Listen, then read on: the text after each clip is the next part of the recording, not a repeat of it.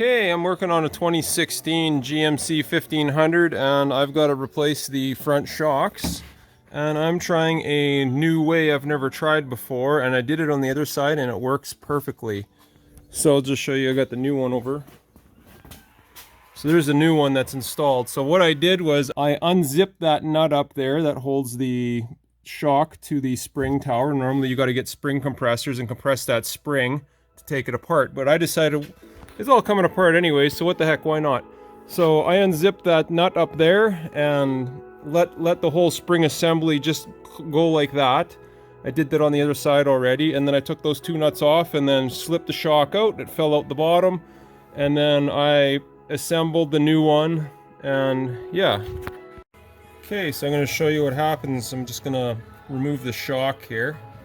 I've already unzipped the bolts. Okay, right at the edge here. Okay, this is how it looks.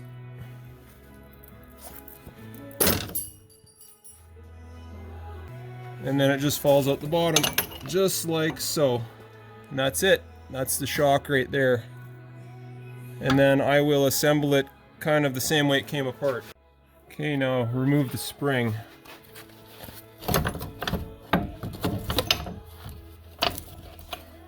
I'm only removing the spring because I got to replace that axle. And now is the time to replace the axle. If you're doing axles at the same time, it makes the axle really accessible and you can get it out of there without removing ball joints.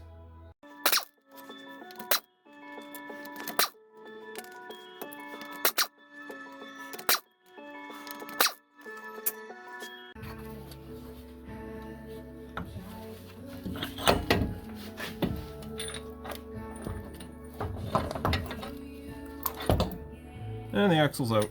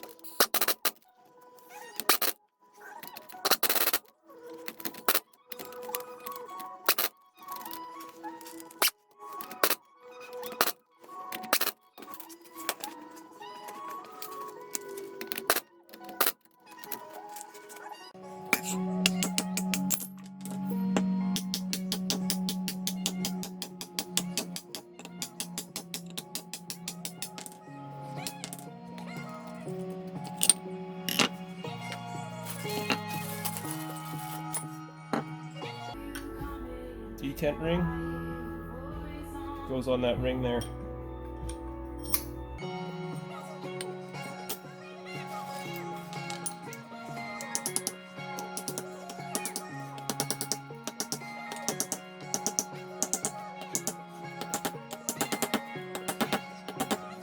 Just want to be careful that you don't nick that shaft, because that's the shock shaft that goes up and down, and the seal won't seal on the shock and it'll probably leak if you dent it. Now we got to put it in the vehicle.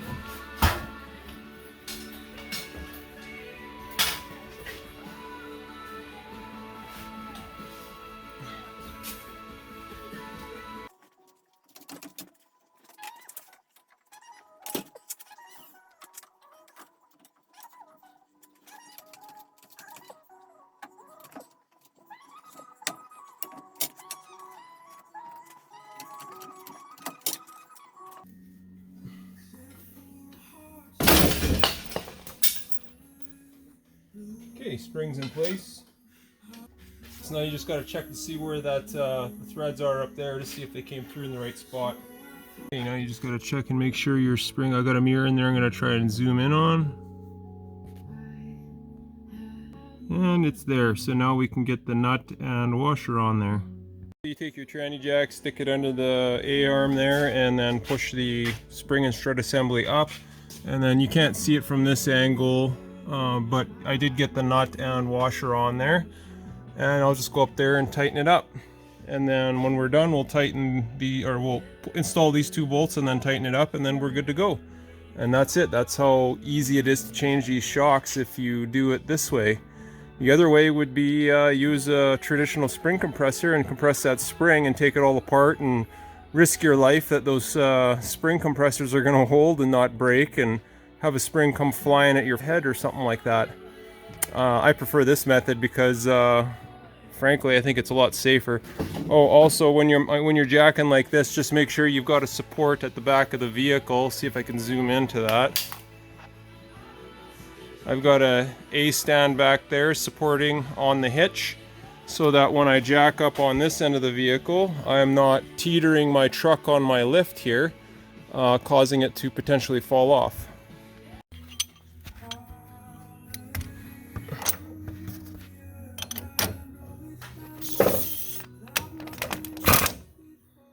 And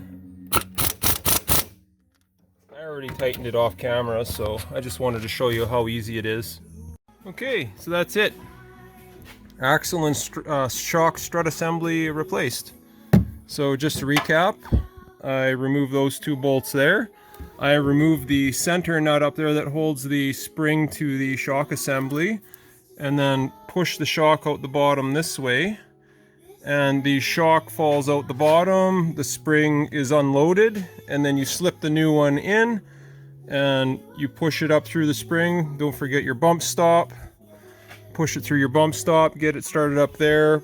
Take your hydraulic floor jack, push up against that part of the strut, get it into place, and you're through that hole up there. And then what you do after that is you put your jack under the control arm, you push it up, and then your nut comes up there, compressing the spring into the strut assembly, the upper strut assembly, and you put that center nut on, and blammo, your shock is in. And then you bolt these 2 down, and that's it.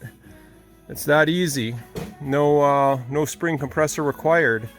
And frankly, I think it's safer this way because I've seen those spring compressors fail, and stuff flies apart and it can injure you. And I think this way is way less chance of getting injured, and it's safer. If you like my DIY content, please hit like and subscribe. Thank you for watching.